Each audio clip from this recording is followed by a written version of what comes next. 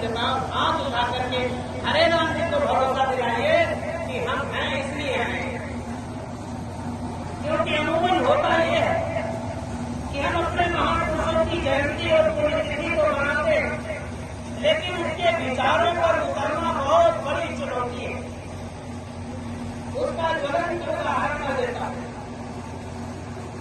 अभी लोकसभा का चुनाव चल रहा था और महेंद्रपुरी में 2 महीने से आदरणीय निर्मल यादव जी का चुनाव का प्रभारी था।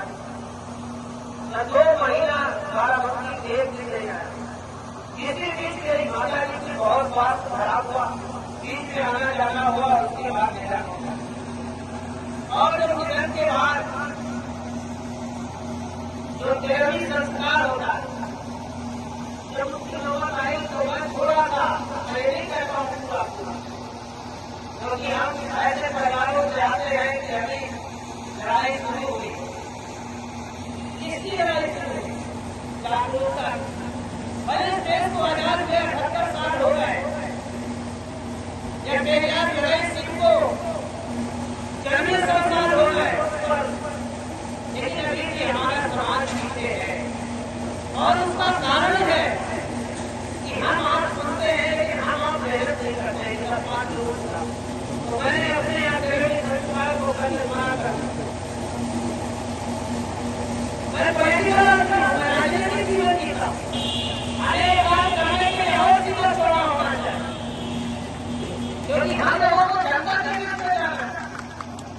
लेकिन ये मैं नहीं करता हूँ कि आप सबका ये चर्चा करने के लिए रामदेव की नहीं, इसी धरती इसी माटी के बाद उन्होंने भी कहा था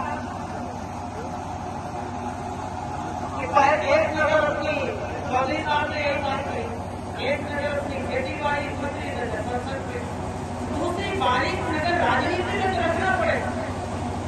क्योंकि इतिहास बड़ा है, जब संघर्ष अर्थ और अर्थशास्त्र और सामाजिक शास्त्र में हुआ, जब नैतिक मूल्यों में और आर्थिक मूल्यों में हुआ, तो नैतिक मूल्य हमेशा हारा है, हमेशा सही बात करने वाला हारा है। और जो आर्थिक मामलों का जो आर्थिक या पैसे के दम पर जो बात करता है या सूट बूट पहन के बात करता है, उसकी जीत हुई। लेकिन मेरा ये दावा है, और मुझे लगता है आप सभी पिछड़े समाज के लोग, आपका भी दावा है कि एक न एक दिन हम सफल जरूर होंगे। इसीलिए जैसे मना हमारे अंदर अभी इतने लोग हैं, 150 लोग, इनके अंदर ये जज्बा है कि एक न एक दिन हम होंगे कामयाब, और ये जिंदा रहना चाहिए जज्बा। चाहे लड़ाई 100 साल चले, चाहे 200 साल चले, लेकिन हम इस बात में डर करके कि लड़ाई को बंद कर दें, इस बात से सहमत नहीं। मेरा कहने का तात्पर्य ये है कि हम अपने महापुरुषों को वास्तव में जिस सामाजिक न्याय की लड़ाई लड़ना चाहते हैं, तो सबसे पहले अपने घर से शुरू करें, अपने परिवार से शुरू करें, फिर अपने गांव तक ले जाएं, फिर कस्बे तक ले जाएं, तब ब्लॉक तक ले जाएं, तब जिले तक ले जाएं। लेकिन बड़े दुख के साथ कहना पड़ता है कि आजकल पढ़ाई के लिए पैसा नहीं है, लेकिन और बहुत धर्म के खिलाफ तो नहीं है, क्योंकि हम बोल भी नहीं सकते, लेकिन आप लोगों को बोलने से कोई रोके भी नहीं। मेरा कहने का तात्पर्य, हमारे पास सामाजिक कामों के लिए धन नहीं है, दूसरे चीजों के लिए। आज भी हम जाते हैं, देखते हैं गांव में लोग आंदोलन करते हैं, हमारे पास लड़ते हैं, आते हैं, तो हमसे सिलाते हैं। अरे भी गाँव जाओ, नाली के लिए आंदोलन हो रहा, सड़क के लिए हो रहा, बरंदा के लिए हो रहा, पुल के लिए हो रहा, पुलिया के लिए हो रहा, चक्रोट हो रहा। किसी भी आंदोलन इस बात के लिए नहीं कर रहे कि हमारे गांव में स्कूल नहीं है, स्कूल बनना चाहिए, क्या हमारे गांव में स्कूल में मास्टर टाइम से नहीं आता है, इसलिए भी स्कूल के धरने पे बैठे वीडियो बना के बेसिक शिक्षा अधिकारी ये नियम बोले। और आप इस वर्ग को क्रॉस कर रहे हो कि आप क्या करके भी नहीं पढ़ने वाले हो, तो कम से कम आने वाली नस्ल को तो कुछ देके जाओ।